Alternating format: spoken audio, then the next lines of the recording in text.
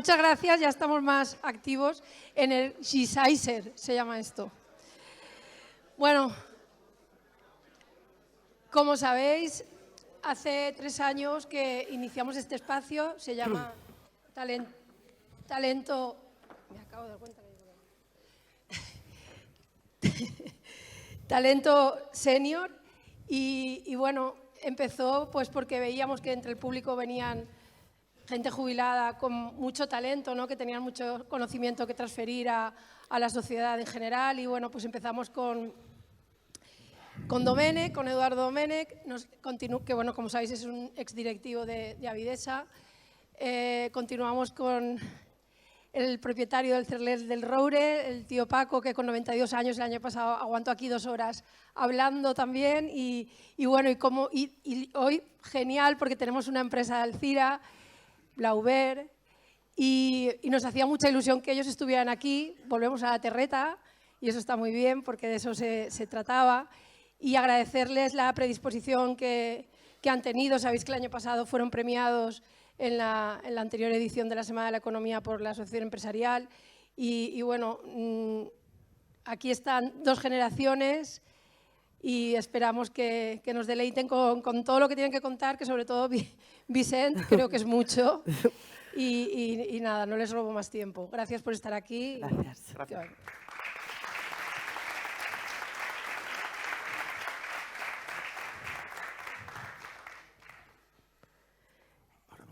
Bueno, primero ponemos el vídeo, ¿no?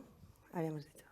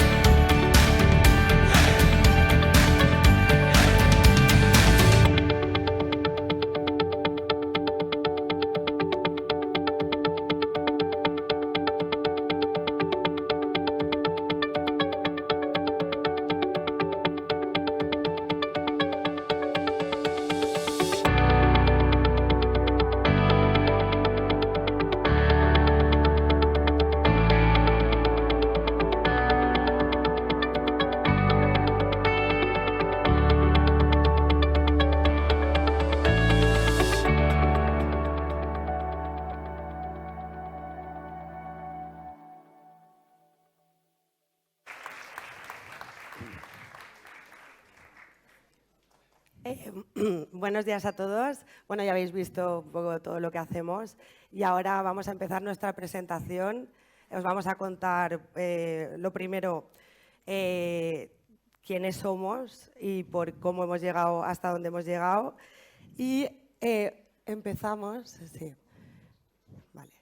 Bueno, yo soy María José Girvés, directora financiera de Blauber y cogerente, junto con Vicente, mi hermano, que es director del área de desarrollo y cogerente, y mi padre, que os lo presento, que está aquí, que es el fundador de Blauber.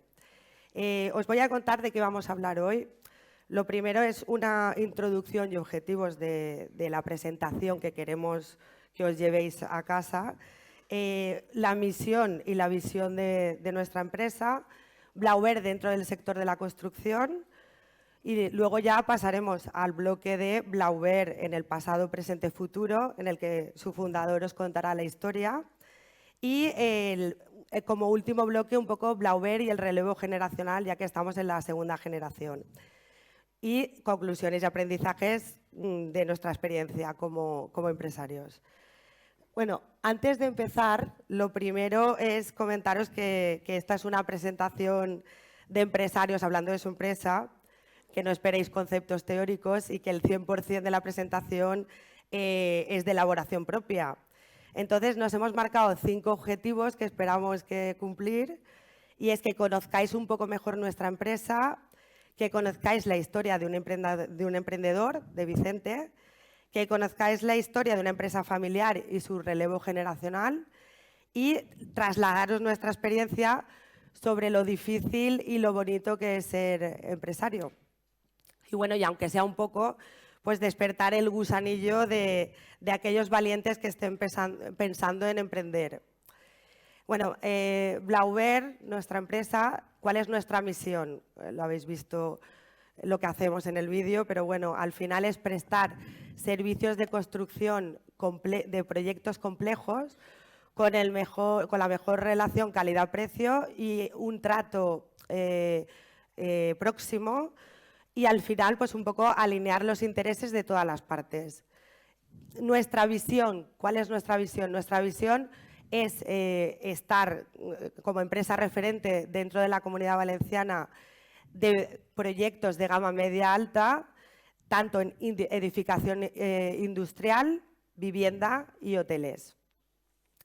Bueno, y ahora Vicente os va a poner un poco en el contexto de Blauber dentro del sector de la construcción, y doy paso a Vicente. Buenos días a todos. Bueno, antes de empezar me gustaría explicaros un poco lo que es el desarrollo de negocio, porque bueno, al final los comerciales ahora nos llaman desarrollo de negocio, y es por explicaros un poco la diferencia, o al menos dónde la veo yo. El desarrollo de negocio tiene 2 partes. Por un lado está la captación, que es detectar cualquier oportunidad que pueda generar negocio a corto, medio o largo plazo con tu cartera de productos y servicios actual o aquellos que haciendo un esfuerzo razonable estés en disposición de ofrecer, y luego el propio desarrollo en sí. Es decir, no solo hay que captar negocios, sino hay que hacerlo cada vez mejor. Esas son las responsabilidades de un director de desarrollo de negocio. Antes de que Vicente os introduzca ya la historia de la empresa, nos gustaría un poco explicar los aspectos sectoriales que entendemos que afectan al desempeño de Blauber. El sector de la construcción es un sector maduro, y los sectores maduros principalmente se caracterizan porque tienen pocas barreras de entrada y porque hay muchos competidores. Como consecuencia de esto, son sectores de márgenes muy reducidos en los que hay que hacer las cosas extremadamente bien para ser competitivos. Y en particular, en el sector de la construcción, las características que consideramos más significativas son las que os vamos a explicar a continuación. Por un lado, pasa mucho tiempo desde que un promotor concibe un proyecto hasta que existe la realidad física de la obra. Durante todo este proceso, durante todo este periodo, se producen muchos cambios. Cambios que al final afectan a una o varias de estas variables: precio, plazo, calidad. Al final, las empresas de construcción tenemos que ser profesionales en la gestión de estos cambios. Hay que detectarlos, anticiparlos, minimizar su impacto y gestionarlos e informarlos a todas las partes implicadas en los proyectos de construcción. Otra característica que consideramos también que afecta a nuestra forma de competir es que no son mercados de libre concurrencia y participas en las licitaciones por invitación. Por lo tanto, son mercados opacos, donde la información de un justiprecio es muy difícil. Establecer la relación entre la propuesta de valor y el importe económico es muy complicado. Al final, esto nosotros intentamos afrontarlo con una política de transparencia total. Hay que dar mucha información a los clientes para generar confianza y al final hay que ser totalmente transparentes.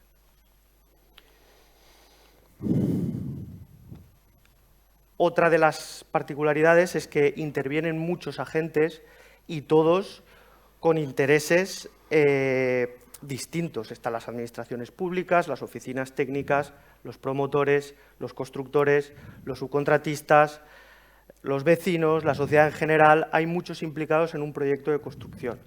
Es muy importante, ante esta realidad, equilibrar los intereses y necesidades de todos los afectados y buscar soluciones óptimas para el conjunto, que no siempre serán las mejores para ti, pero sí para el conjunto.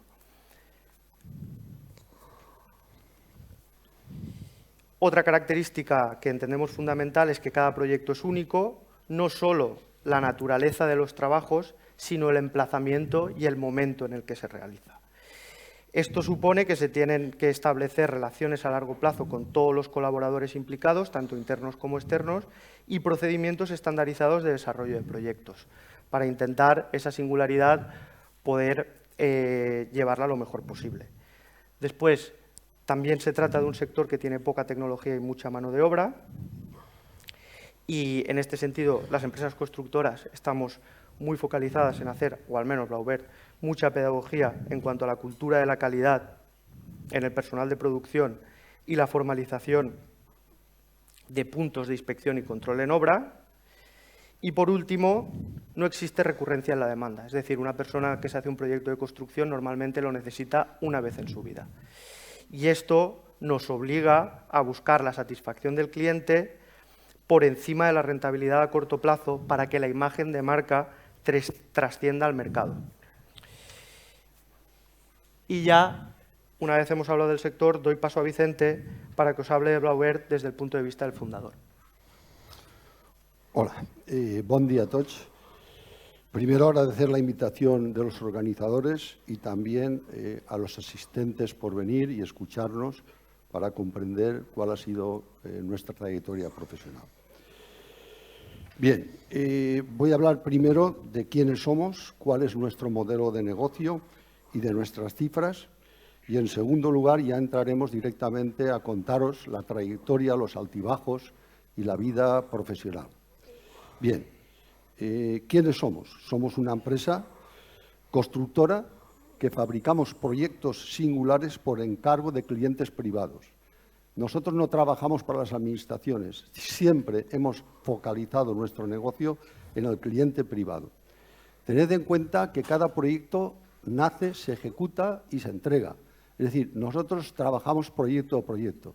Estos son importantes porque marcan diferencias entre la industria de la construcción y la industria como en general todo el mundo la conocéis. Entonces, las particularidades, pues que es que fabricamos normalmente a cielo abierto, en casa del cliente. No estamos en un recinto cerrado donde todas las variables y todos los parámetros están controlados. Estamos a la intemperie, en casa del cliente, estamos haciendo un proyecto ad hoc para ese cliente y esto es un hecho totalmente diferencial de lo que es una industria convencional que tiene su fábrica. Luego, el otro tema es que no fabricamos, como he dicho, productos estándar.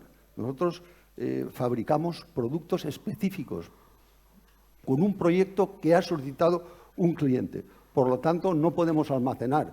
Las fábricas están fabricando continuamente, tienen una salida de producto y esa salida de producto luego ya, según la demanda del mercado, va saliendo. No, nosotros fabricamos productos a la medida que no podemos almacenar.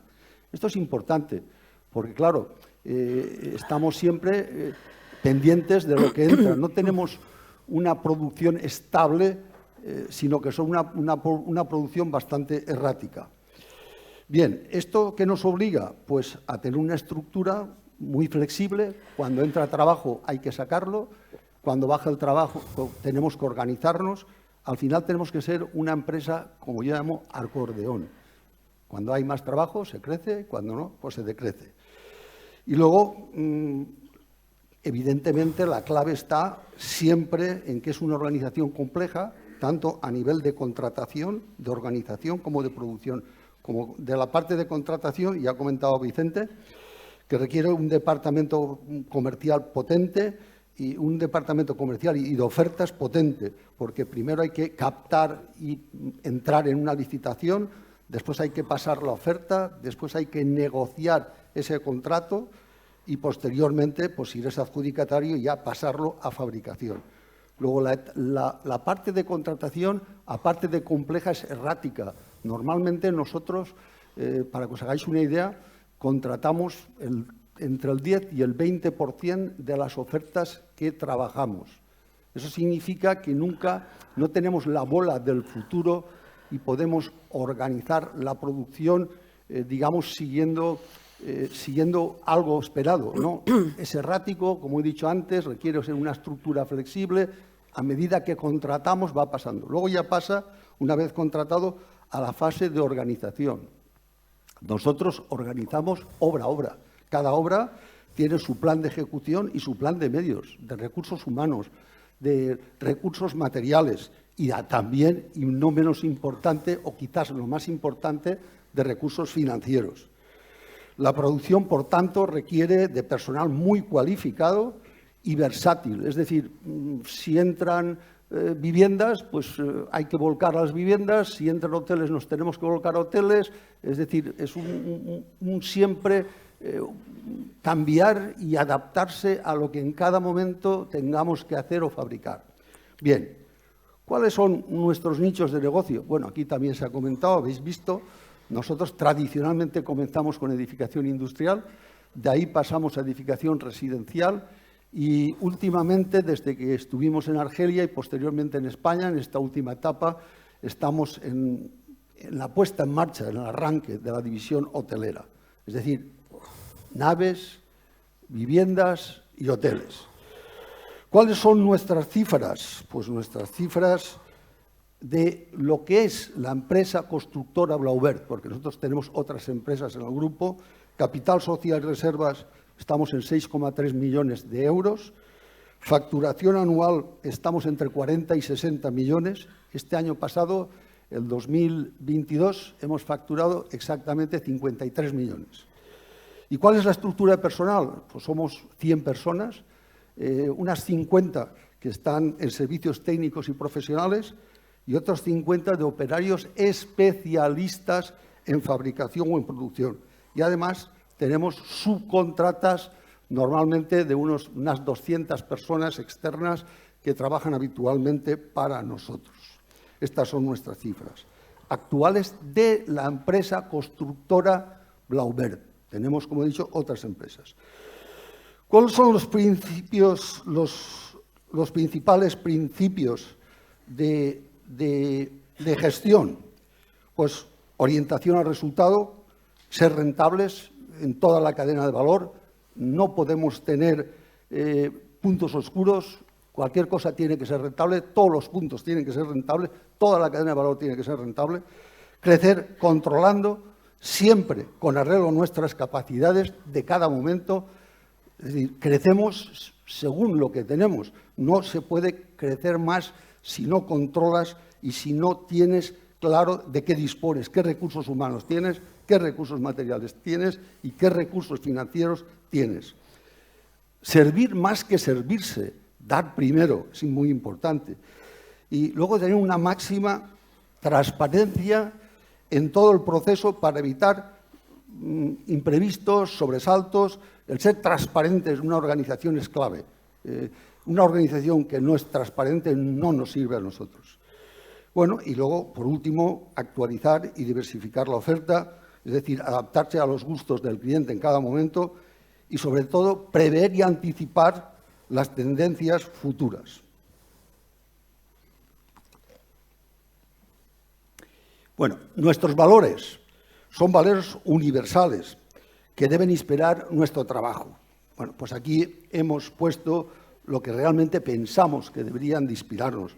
La humildad, la curiosidad, la flexibilidad, la empatía, la fiabilidad, el compromiso, el liderazgo. ¿Y cuáles son nuestros objetivos a largo plazo? Pues a largo plazo, como todas las organizaciones, queremos ser sostenibles y aportar valor al mercado. ¿Y qué es ser sostenible? Ganar dinero. ¿Por qué? Porque una empresa que no tiene como objetivo el resultado es una empresa inviable. Tenemos que estar siempre pensando en ese objetivo del resultado y aparte acumular un fondo de maniobra que nos ponga a salvo de las futuras crisis. Y luego también esencial para garantizarte el futuro es fabricar productos de calidad complejos, difíciles de ejecutar por la competencia, ser cada vez más especialistas. La nave son estructura, cubierta, cerramientos, soleras, cimentaciones. Pues si estamos haciendo ahora mismo un hotel en Benidorm, el Hotel Selomar, de 200, creo que son 60 habitaciones, allí dentro, imaginaros un edificio, 200, 250 personas trabajando, unos en albañilería, otras instalaciones mecánicas, otras instalaciones eléctricas, protecciones contra incendios, fachadas. Pues imaginaros organizar un galimatías de ese calibre. Con el acceso que tenéis ahí, que es muy malo. Bueno, además. Sí, sí. Bueno, por cierto, que ahora que estaba pensando, esto era un patio de las antiguas escuelas pías y este recinto lo construyó también Blaubert. Esto donde estamos ahora que has hablado.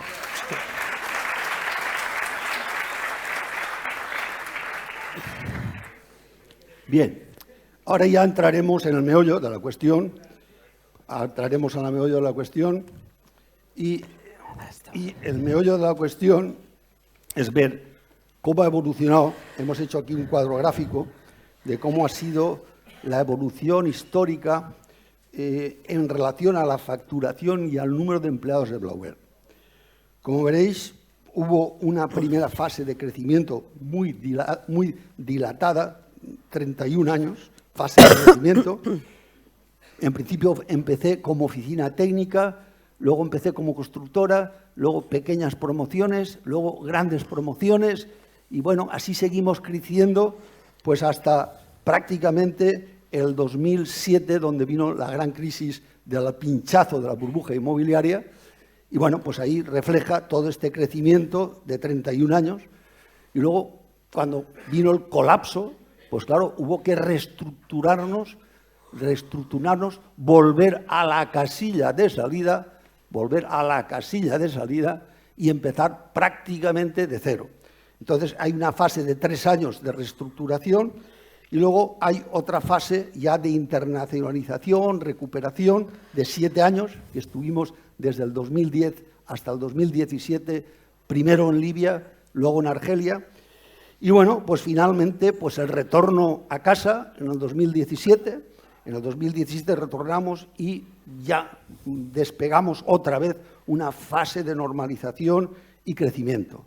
Bueno, sí. Arriba. Sí. ¿Qué? ¿Argelia cómo salió? Porque nosotros tuvimos una experiencia en Argelia Bueno, un poquito mala. yo creo que la verdad, si hablamos con total y absoluta transparencia, quien diga en Argelia que le han salido bien las cosas, miente. A partir de ahí, nosotros salvamos los muebles. Esa es la respuesta. Bien, ahora ya, una vez hecho un poco la evolución, cómo evoluciona la facturación, como veréis, en el pico, llegamos a facturar en el grupo 150 millones aproximadamente, en el grupo, tanto constructora, promotoras, inmobiliarias, alrededor de unos 150 millones, y llegamos a tener aproximadamente en plantilla 350 personas. 350 personas que teníamos que pagar todos los meses las nóminas. No hablo ni de subcontratistas, ni hablo de todo. Directos, 350. Por cierto, cuando vino la crisis y tuvimos que reestructurarnos y pasar de 350 a 20, ¿sabéis cuánto tuvimos que desembolsar por despidos? Os lo voy a decir, 6 millones de euros.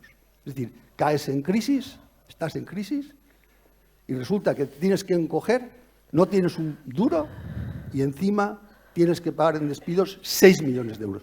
Cuidado, no digo que los que se fueran no lo merecieran, sino que las administraciones muchas veces tienen que ponerse y a lo mejor crear un fondo para ese emprendedor, por si le vienen mal dadas, pues que ayuden un poco, porque si estás cayendo y encima tienes que soltar 6 millones para reestructurarte de 350 a 20, es decir, pasar a cero, imaginaros con ese calvario encima tener que soltar 6 millones de euros de despido. Bien. Bueno, voy a entrar ya, es que si no me alarga demasiado. Voy a entrar ya en lo que te toca. Va. Venga, vamos a ver. Vamos a entrar ya un poco en la trayectoria. Me gustaría hacer unas consideraciones previas. Es decir, la trayectoria del empresario utilizando un símil deportivo. Mirad, yo salgo con mountain bike los domingos a la montaña. Pues utilizando un símil deportivo hay subidas, hay bajadas. Cuando subes hay que apretar los dientes, cuando bajas te relajas. Hay baches, hay socavones, hay carreteras cortadas, hay tropiezos, hay caídas, hay averías, hay días de sol, hay días grises. Pues el mundo de la empresa, como ahora veréis, es exactamente eso. Es un todo, no es una cosa concreta, es la pasión de vivir. Bueno, perdonad. Bien, y el segundo matiz es el emprendimiento. ¿Qué es ser emprendedor? ¿Cómo se llega a ser emprendedor? Pues por vocación, unos hemos llegado por vocación, otros llegan por elección, tienen varias alternativas y eligen el ser empresarios, y los otros incluso llegan aquí por obligación.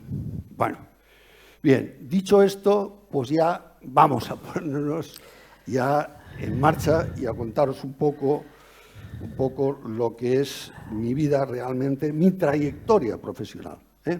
Bien, yo acabo la carrera de ingeniero de caminos en el año 75 y bueno, teníamos dos alternativas, o irme a trabajar para otros, es decir, ser asalariado, o montármelo por mi cuenta y ser autónomos. Bueno, yo lo tuve claro desde un principio. Quería emprender, quería trabajar para mí, no quería trabajar para otros. Bueno, pues todo es lícito, todo es válido, efectivamente, como dicen, para gustos colores, pero mi vida era ser yo mismo, querer emprender. Bien, pero ¿qué tenía que hacer si había acabado la carrera y no tenía ni idea qué íbamos a hacer? Pues bueno, pues pensé qué podía hacer, qué servicios podía prestar con mis conocimientos a la comunidad y pensé que una oficina técnica que se dedicara a hacer proyectos de obras y servicios municipales de infraestructura urbana, pues podría ser una idea. Bueno, pues empecé a pensar en eso y luego descubrí un nicho, un primer nicho de negocio. Empecé a descubrir que era que los ayuntamientos medianos y pequeños, en aquella época, ojo, estamos hablando entre el 75 y el 80, no tenían técnicos en plantilla y por lo tanto eran colaboradores externos. Pues bueno, pues allí que me encaminé y bueno, pues empezamos a presentarnos, evidentemente estás tú solo, pero cuidado, tú arrancas con tres cosas importantes que te faltan. No tienes dinero, no tienes experiencia y no tienes contactos. Pues no, pues se puede emprender sin dinero, sin experiencia y sin contactos. Se puede emprender. Y bueno, pues llamamos por teléfono al concejal de turno o al alcalde. Oye, vamos, que somos una oficina técnica, somos fantásticos, hacemos proyectos extraordinarios.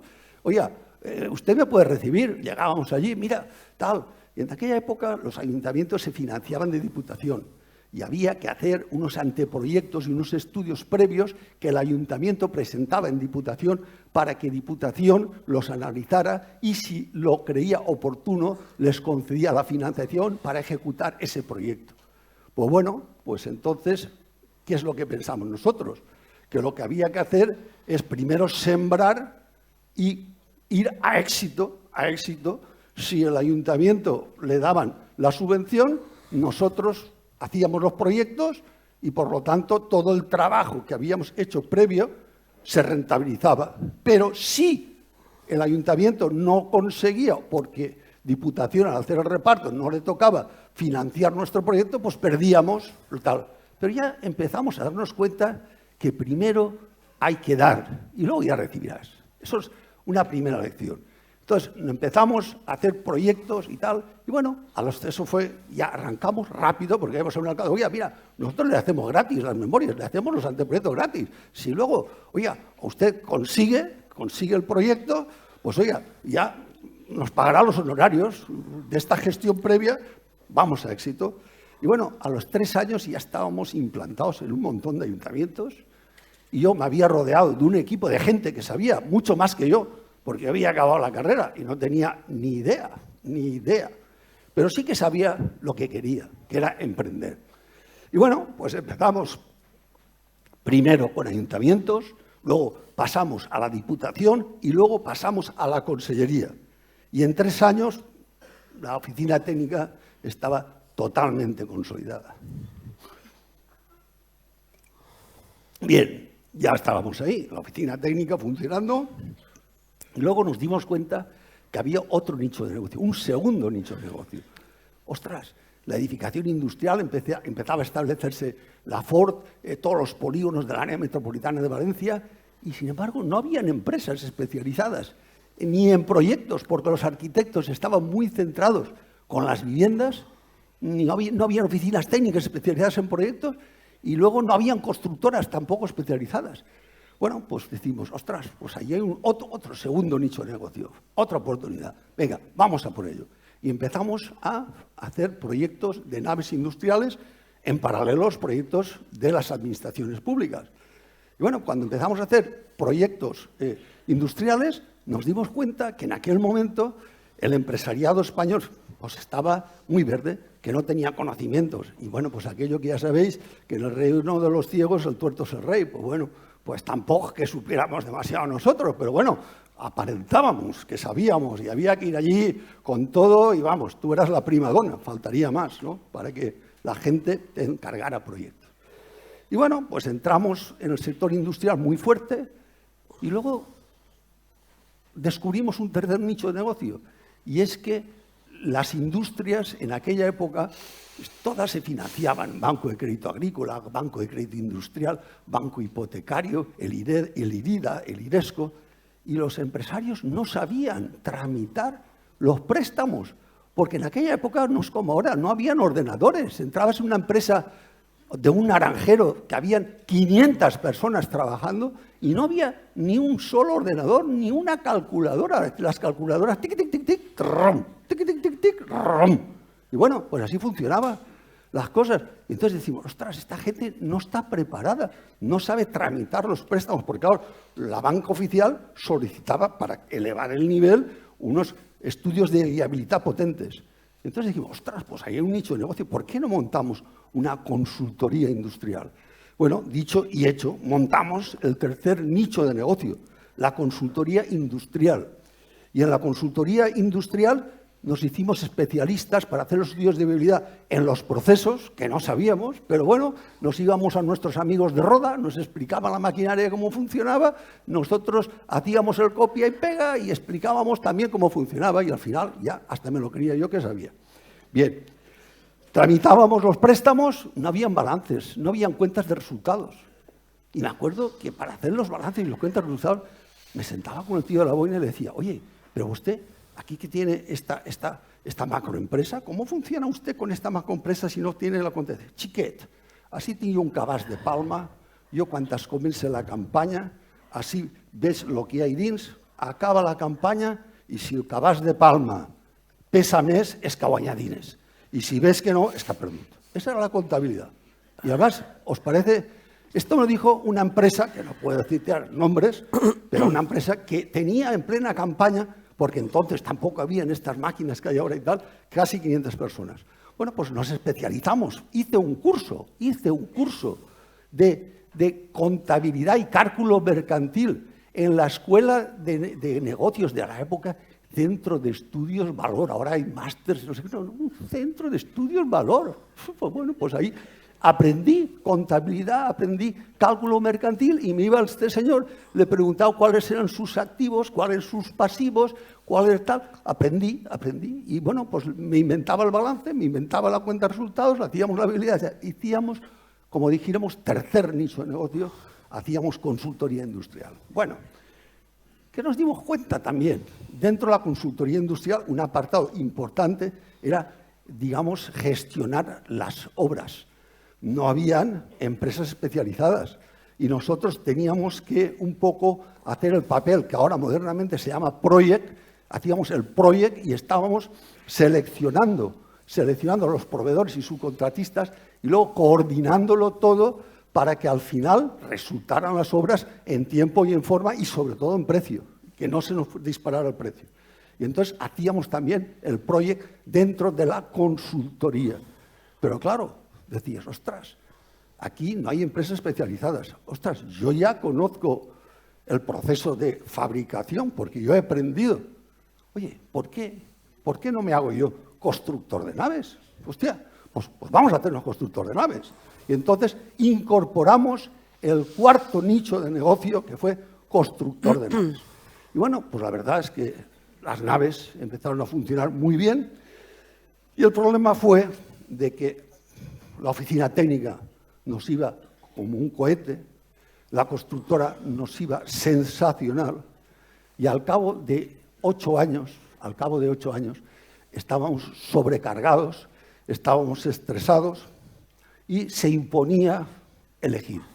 Teníamos una empresa, una oficina técnica que funcionaba de maravilla, teníamos una constructora que también funcionaba de maravilla y ahora tocaba dar un paso más y se imponía elegir.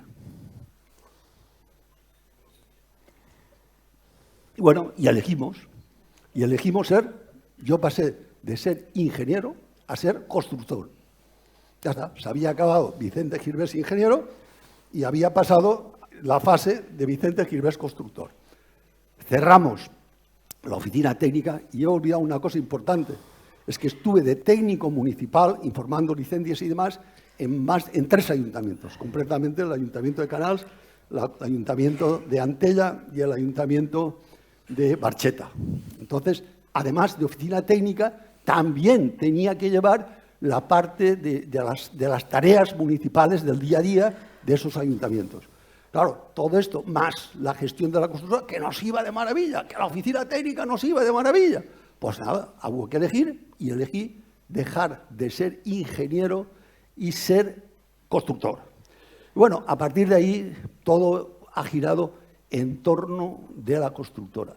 La constructora ha sido nuestro hilo conductor que no nos ha abandonado desde el año 1983 hasta el presente. Siempre ha sido nuestro hilo conductor y, como siempre, pues la forma nuestra de hacer las cosas, el hilo conductor siempre ha sido la constructora y luego, en paralelo, pues hemos ido haciendo nuestros inventitos, porque siempre hay que hacer inventitos para ser diferente, para que el mercado te premie, ¿no?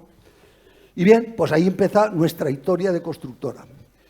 Estamos en la década de 80, 90, como he dicho, porque realmente empezamos, como he dicho, en el 75. Del 75 al 80, somos oficina técnica, pero del 85 al un tercio, al 83, somos oficina técnica y constructora. Pero luego ya empezamos la etapa de la constructora, que entra en el segundo tercio exactamente en el 84. Ya abandonamos definitivamente lo que era oficina técnica y nos centramos en construir. Fue una historia de éxito. No teníamos competencia. Venían a traernos los proyectos a casa. Fue una etapa de un crecimiento fantástico y como empresarios, una gozada. Luego ya, ¿qué pasa? Que pasaron los 3 primeros del 84 y luego el segundo tercio y ya habíamos ganado y teníamos bastante liquidez. ¿Sí?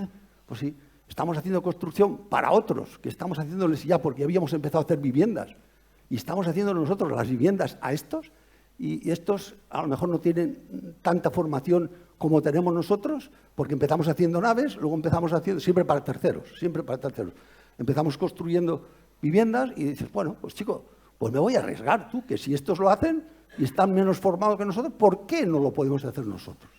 Y entonces ya ponemos en marcha, en ese segundo tercio de la década de los 80, ponemos en marcha ya la promoción.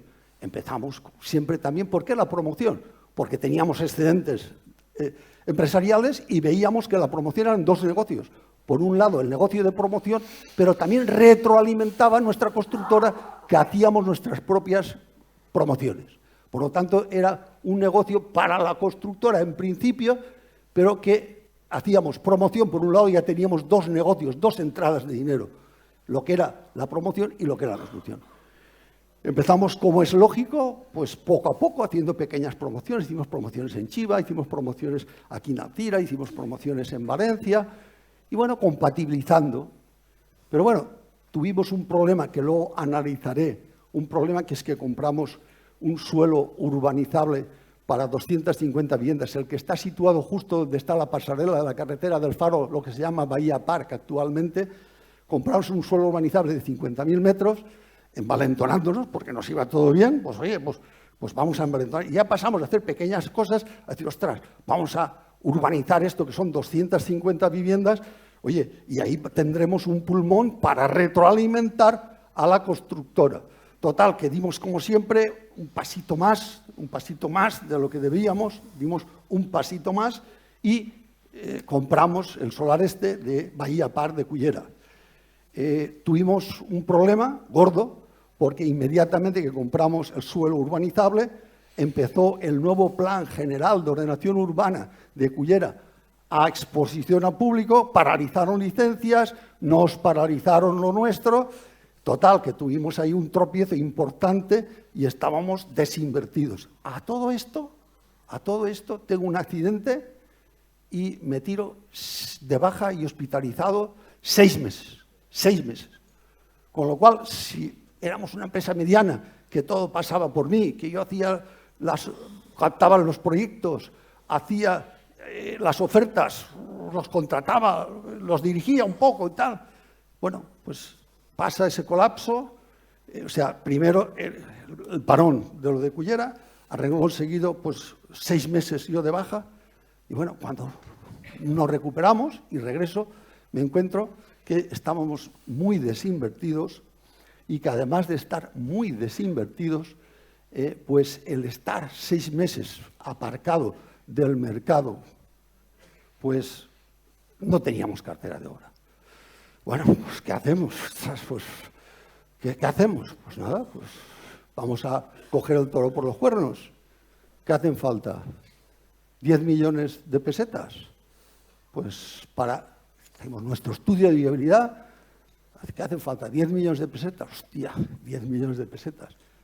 Pues bueno, pues vamos a la Caixa Provincial, al Banco Atlántico y a la Caja Rural del Gemesí y nos financian esos 10 millones de pesetas que nosotros en aquella época eran importantes y que no teníamos, y si no hubiera sido por esa financiación hubiéramos ido a la quiebra, al fallido.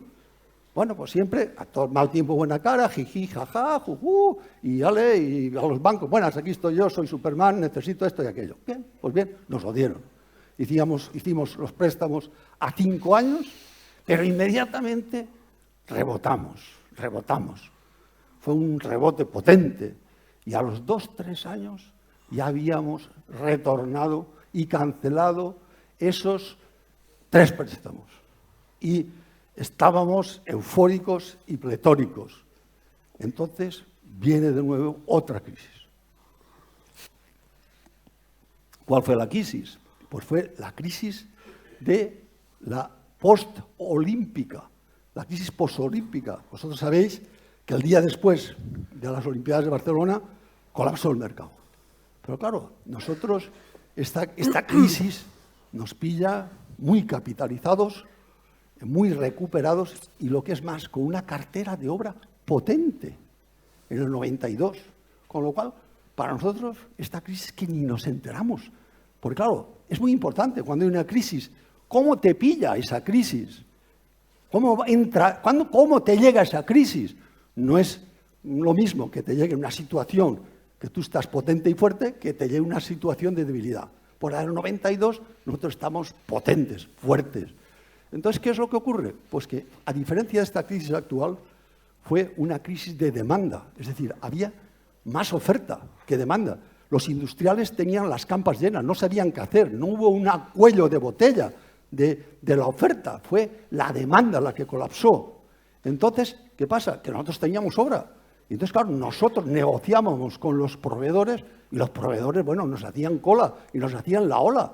Y nosotros ahí tuvimos 5 años prodigiosos porque teníamos obra y los costos que nosotros habíamos estimado se nos habían ido al fondo del pozo, tirados, reventados. Con lo cual, esos 5 años nosotros trabajamos con los márgenes históricos más altos de nuestra historia, con márgenes superiores al 10%, superiores al 10%. Bueno, a todo esto, pues al final, pum, pum, pum, pum, peleando desde el 88, en el 2005 se nos aprueba el PAI de Cullera. En el 2005 se nos aprueba el PAI de Cullera. A todo esto, la economía que había pasado la gran crisis, la demanda del 92, empieza a subir. Entonces, yo me encuentro que tengo un solar de 250 viviendas magníficamente situado y una demanda increíble. Y decimos, esto está claro, hay que lanzar Cullera.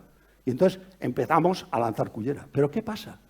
Que con esos 5 años de ganancias habíamos acumulado 500 millones de la época, 3 millones de hoy. Pero imaginaros en aquel momento lo que eran 500 millones de pesetas. Bueno, pues nos paramos a pensar y decimos, ostras, tenemos exceso de liquidez, algo hay que hacer. Y bueno, como estábamos trabajando en muchos puntos, dijimos, ostras, pues en Denia resulta que hay los precios de las viviendas están más altos y los solares están más bajos, porque Denia había sido muy tocado por la crisis del 92. Perdoneu, que jo soc molt despiste i el que em faltava. Espera que m'apaguen. Te la pago. Si no, feu un descanset, vos deixe respirar. Bueno, total, que descubrimos que Denia era el vellocino de oro. Precios altos, solares bajos, porque los promotores, la crisis del 92, los había pulverizado. Total, que en el 95 arrancamos Cullera, yo me envalentono, pongo en valor los 500 millones en Denia, y cuando voy a Denia y voy viendo, ostras, solar del Campi, primera línea, este otro solar, oye, vamos a endeudarnos, vamos a tirarnos a la plaza de toro. Y nos endeudamos con 1.000 millones. 1.000 millones más 500, 1.500 millones. Todo una, pam, pam, pam, 3 solares. Y empieza, bueno, la época dorada, a partir del 95 a 2000, pues fue ya la época del boom, acertamos Cullera, acertamos en Denia, pero claro, acertamos porque estuvimos. Cuidado, ojo al dato, acertamos porque estuvimos. Eso es una reflexión que todos debéis haceros. Acertamos porque estuvimos. Fue una historia de éxito. También pusimos nuestra impronta en la sociedad promotora, porque había que poner una impronta en la sociedad promotora.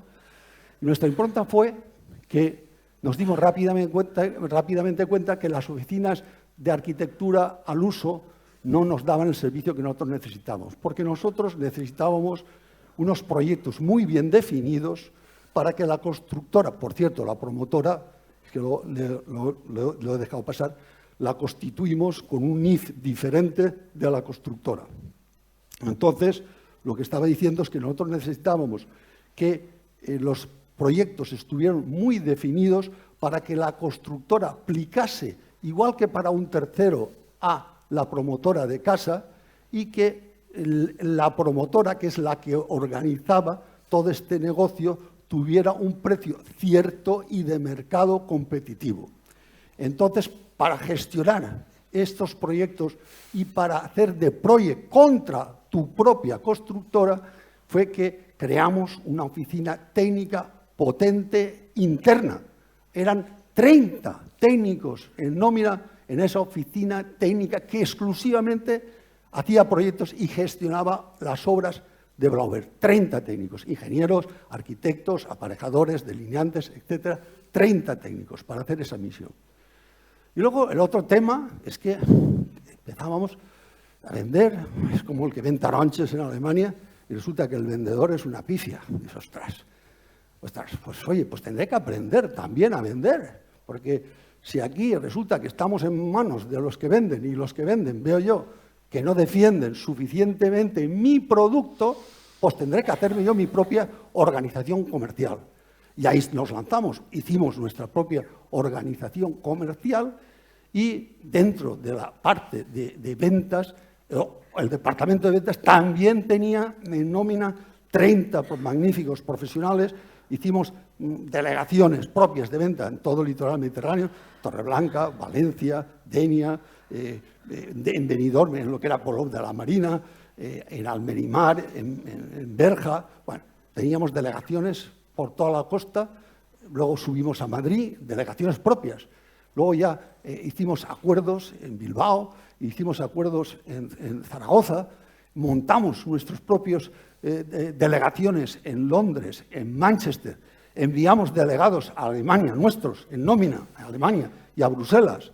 Total, teníamos una red comercial poderosísima que nos dio el fruto que fue entregar una media de más de 300 viviendas por año. Tened en cuenta que el ciclo de maduración son 2 años. El ciclo de maduración de una promoción desde que arranca hasta que la entrega son 2 años, lo cual el entregar 300 viviendas, 300 llaves año, implicaba en ejecución más de 600, hasta 1000 llegamos a tener en fase de ejecución. Bueno, fue una historia de éxito. Perdonad. Fue una historia de éxito y así llegamos al año 2000. Y al año 2000, en el año 2000 decimos, ostras, ya no queda suelo. En aquel momento no quedaba suelo, no había suelo. Pues oye, tendremos que crear un nicho nuevo de negocio, gestionar suelo, coger suelo rústico y pasarlo desde rústico hasta solar resultantes para desarrollar nuestras propias promociones. Y bueno, pues ahí que nos lanzamos a hacer nuestras propias promociones. Nos metimos en desarrollos urbanísticos gestionados directamente por nosotros, de más de 30 desarrollos urbanísticos, que hicimos los PAIs, que se llaman, Proyecto de Actividad Integrada. Hicimos 30 PAIs, adquiríamos suelo, porque nosotros lo que queríamos era ser finalistas y conseguir solares, nuestros propios solares. Adquirimos solares para aproximadamente 9.000 viviendas, adquirimos solares. Y hicimos además más diversificar todavía. Oye, ¿y por qué no hacemos campos de golf? Y proyectamos ni más ni menos que 7 o 8 campos de golf. Recuerdo que en Polop de la Marina hicimos uno, en Guadassuar también intentamos sacar uno que al final nos fracasó. Pero bueno, el que no se arrisca no pisca, y en la vida tal. Y bien, así llegamos después de este 2000 que hicimos, nos pasamos además a una tercera pata de negocio de construcción, negocio de promoción de viviendas y negocio de promoción de suelo, la tercera pata, negocio de promoción de suelo. Pues bueno, pues lógicamente, pues vosotros sabéis que las viviendas, los compradores las pagan al final, porque las viviendas siempre las pagan los compradores al final, durante la ejecución pagan un 15, un 20%, como mucho, lo cual significa que el circulante es muy potente en el mercado de la vivienda. Y no digamos ya en el mercado del suelo, es que las promociones de suelo, para que os hagáis una idea, las promociones de suelo igual te duran 5 años. Pongamos por caso. Y bueno, pues así llegamos al 2005. En 2005 ábremelo abajo. En el 2005 ya nos dimos cuenta que algo estaba fallando. Algo nos dimos cuenta que estaba fallando. Las ventas ya no había tanta alegría. Y luego ya los que nos instaron y nos pusieron en esa borrachera, porque fue una borrachera del sector inmobiliario de aquella época, ¿quiénes fueron? Los bancos, los primeros. Porque los bancos lo que hicieron fue financiar, doparnos a los promotores, pero también financiar a los que no debería financiar, que eran los compradores que eran insolventes. Entonces nos financiaban a nosotros, financiaban a los compradores y claro, de ahí vino el principio, vale. no, el pinchazo de la burbuja, vino de ahí, porque claro, cuando se dieron cuenta... No, nada, que tenemos 10 minutos. Ostras, pues, Ya te... Espere, bueno, no yo se acabo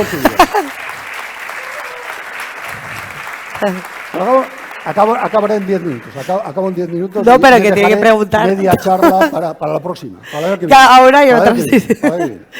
Bueno, entonces los bancos nos doparon a nosotros y a los compradores. Pero ¿y los políticos? Hombre, los políticos ya fue de fuerza mayor. Va, déjalo. Feren carrera. Ahora, qui reclasificaba més terrenos. Todo el mundo quería hacer unidades, desarrollos de unidades de ejecución. Los ayuntamientos pusieron en marcha suelo para 100 millones de habitantes en España.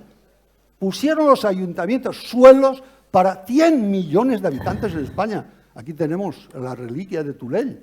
La reliquia de Tulell está aquí y cada vez que paso por allí me acuerdo de ella. Porque bueno, no voy a entrar. Bien. No ¿Eso qué entremos. significa? María José, acabo No, enseguida. sí, sí. Bueno. Bien.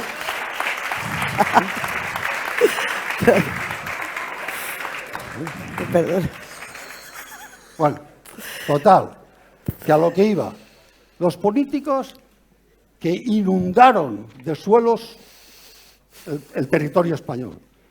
Los banqueros que nos inundaron de billetes.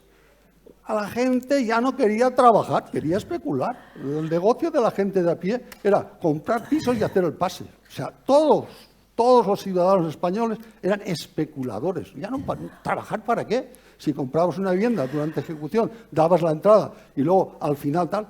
Entonces, políticos fue una borrachera colectiva. Fue una borrachera a nivel de financiero, a nivel de los políticos, a nivel del ciudadano y, por supuesto, nosotros también, las empresas. Y bueno, pues como toda la borrachera, mira, para que os hagáis una idea, llegamos a fabricar 800 viviendas nuevas al año, más que Francia, Alemania e Italia juntas. Nos habíamos vuelto locos, fue una locura colectiva. Más que Francia, Alemania e Inglaterra juntas. Claro, lo que tenía que pasar, pasó. Y es que estalló la burbuja inmobiliaria porque ni la vieron venir los bancos, ni la vieron venir nuestros políticos y estalló la burbuja. Se pinchó, lo que dicen ahora, se pinchó y estalló la burbuja inmobiliaria, como he dicho, en el 2007. Cuando estalla la burbuja inmobiliaria, a nosotros nos pilla con el pie completamente cambiado. Y entonces, bueno, pues tenemos que coger y reestructurar la empresa y decir, ostras, pues si antes íbamos por la carretera a 150 y ahora hay que ir a 20, de 150 a 20, ¿cómo cojones reestructuramos esto? Pues bueno, rápidamente, afortunadamente, la promotora tenía muchos activos y superaba con mucho el patrimonio de la promotora a la deuda. Y bueno, pues cubrimos a los bancos con activos, cubrimos a Hacienda también. Hicimos los despidos, 6 millones que he apuntado antes, de euros, y se pagó al 100% de los proveedores y subcontratistas, que por cierto aquí he visto muchos, todos cobraron en tiempo y en forma. Blauber no debía un euro a nadie, pero sacrificó la promotora después de toda esa trayectoria. Y la constructora, pues, se quedó el último por cobrar, con lo cual la promotora pagó a todo el mundo, menos a Blauber Constructora porque no le había llegado. Con lo cual, ¿qué pasa al final de la crisis? Pues que nos encontramos con la promotora, que la hemos sacrificado, y la constructora, que no tenía ni un chelín, ni un chelín. Bueno, a partir de ahí nosotros hicimos una reestructuración de 3 años, que es cuando se incorpora María José, que se incorpora en 2017. En el 2007, perdón. En el comité anticrisis, en el comité anticrisis empieza, y teníamos 3 cosas claras, que eran, como hemos hablado, acabar las promociones en curso, el tema de los bancos, el tema de Hacienda, el tema de los proveedores y el tema de los despidos. Los 5 objetivos se cumplieron. Los 5 objetivos que nos habíamos puestos en la cabeza antes de pelear contra ese monstruo tan potente, los conseguimos. Pero claro, se sacrificó una promotora que tenía de fondos propios 56 millones de euros, que había sido capaz de hacer 3.000 viviendas, que había sido capaz de desarrollar 30 PAIs con 9.000 viviendas propias. Pues todo eso se sacrificó y la constructora se quedó muy tocada. Y bueno, pues también cuando ya reestructuramos al cabo de los 3 años, estoy acabando ya, no os aburráis. Cuando la constructora se reestructuró después de esos 3 años, pues dijimos, ¿qué hacemos ahora? Porque era el momento de reflexionar. Vicente se había incorporado ya, estaba María José, estaba yo, y dijimos, ¿qué hacemos?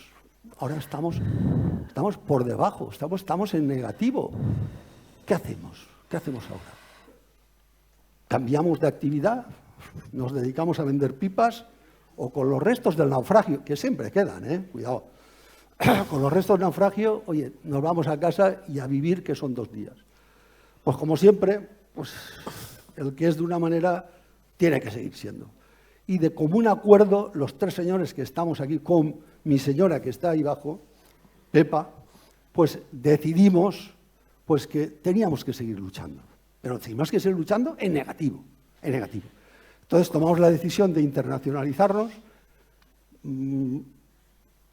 María José se quedó aquí con 2 jefes de departamento, con Juan Samper, el departamento de ofertas, y José Olaso, el departamento de producción, y María José se quedaron en España. Vicente y yo nos fuimos a puerta fría, primero a Libia. ¿Y qué pasó cuando llegamos a Libia? Que invertimos recursos del fondo del naufragio y estalla la revolución, señores, y nos pilla con un montón de millones puestos allí en la urbanización Bab Tábolus de Trípoli, y nos pilla, y nos pilló. Y bueno, pues otra vez, manos a la obra. Vicente, ¿qué hacemos? Pues mira, pues nos vamos a Argelia. Y otra vez a Argelia. A la Argelia cuando llegamos fue difícil, fue complicado, ya lo explicará él, supongo. Si hay tiempo, le dejo tiempo. En otra ocasión.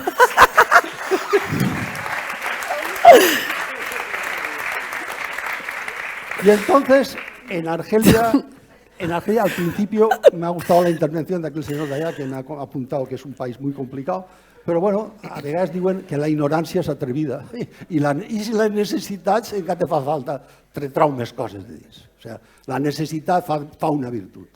Total, que en Argelia al principio nos fue muy difícil, pero poco a poco lo fuimos superando y al final, en 2007, el personal nuestro que habíamos desplazado a Argelia estaba ya cansado, estaba agotado. 2017 estaba ya agotado. Vicente, pues también, lógicamente, se había casado. El casado casa quiere, quería volver. Decidimos que aquello ya no era sostenible. ¿Tardaste en montar la sociedad en Argelia con 51% argelino, 49% español? Pues tardaríamos un año, no tardaríamos menos. Medio año empezamos los papeles, pero como mucho tardamos. Vicente, que es el que lo llevaba. 1 año. Y luego, aparte, también trabajamos como establecimiento permanente, que también se pueden desarrollar proyectos, con empresa, con NIF extranjero. Bueno, bien. Bueno, es que nosotros somos muy buenos.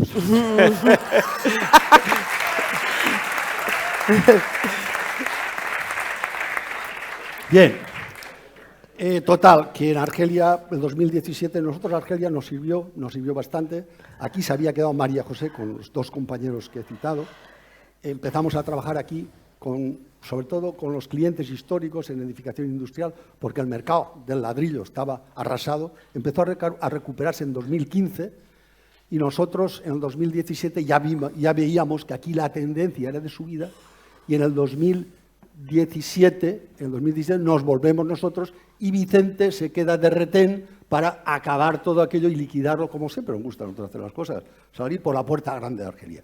Volvemos otra vez a sacrificar una empresa establecida que funcionaba, hacíamos hoteles, parecíamos allí los dioses. De verdad, es que cuando el reino de los tíos y los argelinos, la verdad, Dios me perdone, pero bueno, no tenían demasiada formación, no tenían experiencia y nosotros, claro, veníamos de aquí, que éramos jugadores de primera división y llegas allí, pues claro, fue una historia de éxito al final. Al principio muy difícil hasta ganar la confianza y luego al final. Yo me vengo aquí, Vicente se queda allí y entonces yo llego aquí en el 2017, facturábamos 10 millones de euros en España, parte lo que facturamos en Argelia. Y me encuentro con 10 millones de facturación y lo hablamos mis hijos y yo. Mi hijo dice, papá, veste allí i hauríem que jo vull anar a viure a ma casa, que vull tindre fills, Això me deia ell, que vull tindre fills, vull anar-me a viure al Sira. Total, que yo llego aquí, nos empoderamos todo el equipo de Blaubert y ¿sabéis que el milagro? Pues los milagros pasan. Y pasamos en 3 años de facturar 10 millones aquí en 2007, en el 2020 exactamente casi 40 millones, 38. Es decir, multiplicamos la facturación por 4 en 3 años. En 3 años. A 2020, de repente, ¡pum!, la crisis del COVID. Hostia, otra más. Pues bueno, pues bien, ¿qué pasa? Pero esta crisis nos pilló, como he dicho, capitalizados y con cartera de obra. ¿Cuál ha sido el problema nuestro? El post-COVID. Porque el post-COVID hubieron el 2021 y el 2022 que hubo un crecimiento, una inflación muy potente en materias primas. Nosotros teníamos los contratos frente a terceros a precio cerrado y tuvimos que pechar con la inflación, que no es moco de pavo, en los 2 años. En el 2021 fue del 10% aproximadamente de media global de la construcción y en el 2022 també el 10%. Claro, si treballem en uns marges ajustats i damunt resulta que tenim una inflació del 10%, però bueno, 2021-2022, oye, pasemos página, hemos sobrevivido, no hemos tenido pérdidas, oye, alegría y a por la siguiente. Y así estamos en 2023 y bueno, podría contar con estas cosas más que tengo. Yo creo que no. ya.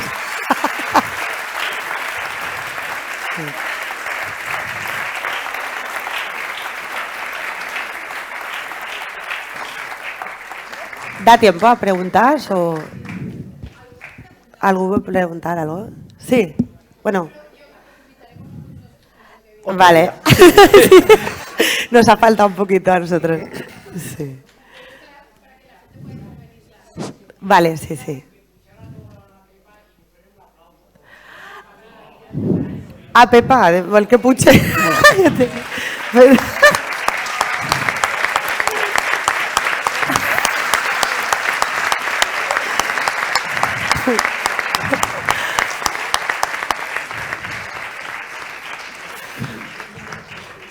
Ahí, al lado de papá.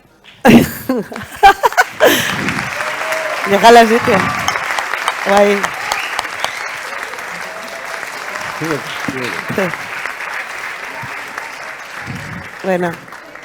Bueno, no es broma, pero ella se merece este aplauso y més. Sí, I sabeu sí. per què? De verdad. I sabeu per què? Perquè no se podeu donar ni compte el que és anar-te'n d'ací 2 mesos a Argèlia, tu i el teu fill, i deixar-se ell a la seva dona i jo a la meva. Vale. Vos puc dir una cosa ben certa. Me n'anava des d'ací a l'aeroport de l'Altet a agarrar l'avió plorant a llàgrima viva.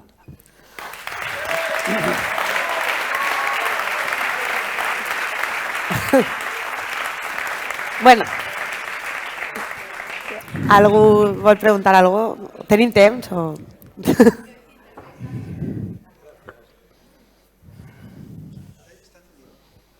Gracias, Vicente. Gracias, Pepa. Detrás de un gran hombre siempre ha habido una gran mujer. Y ahí lo tienes.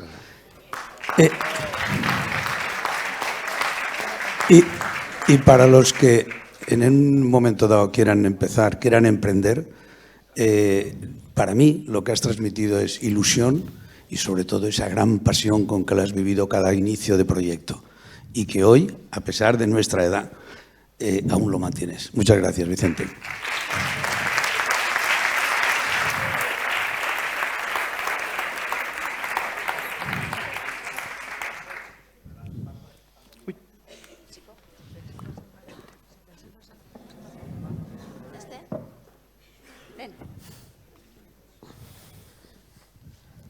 ¿Algún consejo que tengas para la gente de nuestra edad que quiera emprender? Gracias. No te he entendido bien. Por favor. ¿Algún consejo que tengas para la gente de nuestra edad que quiera emprender?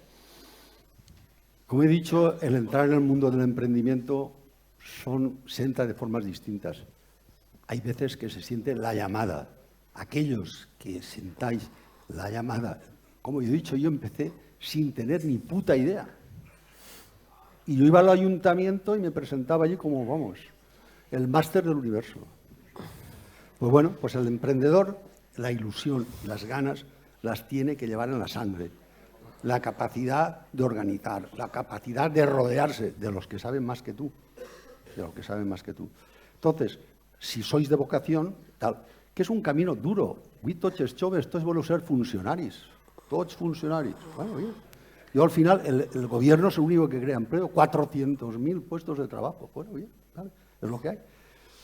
No entro a valorar, porque para gustos colores, y todos son necesarios en la sociedad, en la cadena de valor, todos son necesarios.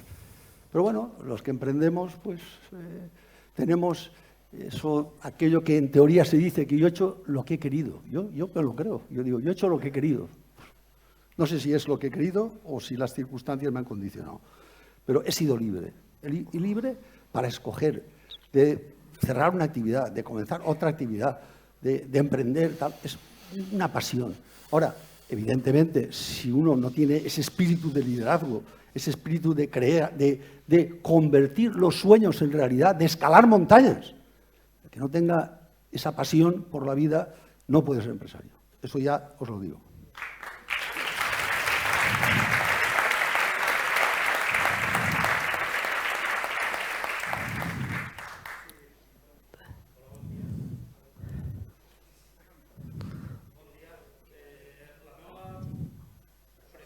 És si no trobaria una oportunitat de segle XXI cap al XXII, el que he vist al vídeo, molts sostres de naus industrials i de més que podrien estar dotades ja o preparades per a dotar de fotovoltaica com a un valor afegit a l'activitat empresarial que porteu endavant.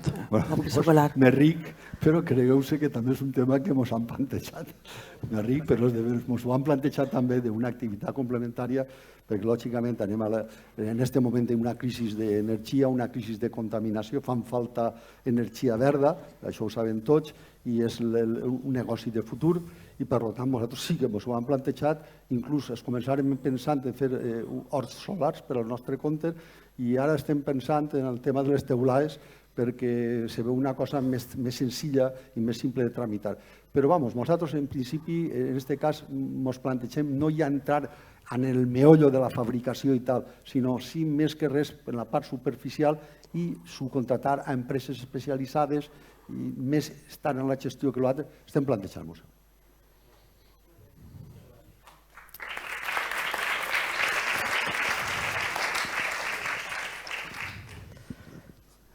Bon dia, Vicent. No sé si... No vull fer ninguna pregunta, m'has emocionat. Home, me'n recordo perfectament. Entonces vull dir que jo me sé la història de Blaubert, Vicent i Pep han sigut amics des de l'any 80 i els fills han jugat a companyia del meu fill allí en Bahia Park. Per culpa d'ell em va acabar el president de Bahia Park i vaig compartir amb ell 4 anys, que va ser tota l'evolució de Bahia Park. I el primer projecte com a ingeniero també li vaig contratar. Jo he vingut, m'ha emocionat a cada dia. L'almassara de Rotglà. L'almassara de Llanera. De Llanera de Ranes. Eso, de Llanera, es que Llanera i Rodolà.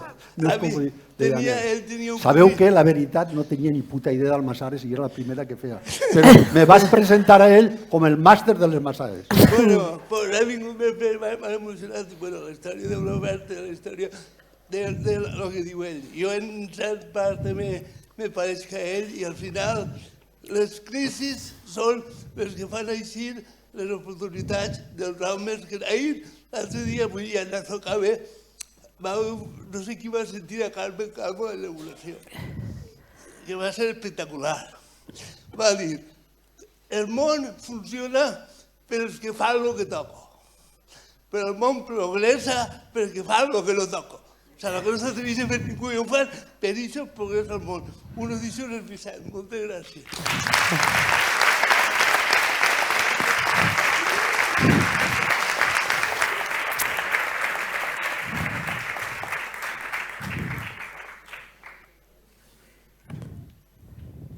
És que vulgueu emprendre, agarreu-se de l'experiència. Ara, a regular següent, crec que ve una xerrada sobre la figura del mentor. Pues aprofiteu-se, que jo soc un bon mentor, crec jo, Cuidado.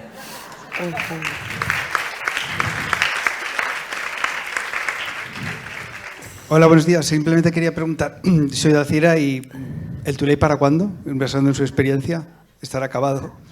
El Tuley, ¿para cuándo? Tuley, jo li calculé 20 anys.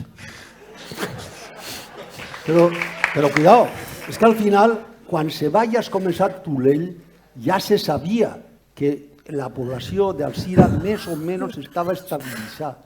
I sabent que la població d'Alcira estava més o menys estabilitzada i que totes les estadístiques i el sentit comú ens diuen que no havia que fer Tuley, pues nada, és que resulta que ahí poden crear un pulmó verd, no és que resulta que ahí se poden fer unes escoles públiques, ahí se poden cedir para vosotros, para l'Ajuntament, que som vosaltres, son suelos públicos, tals i quantos. Entonces, per això se posa en marxa Tuley. Si Tuley no deberia d'haver començat, mai.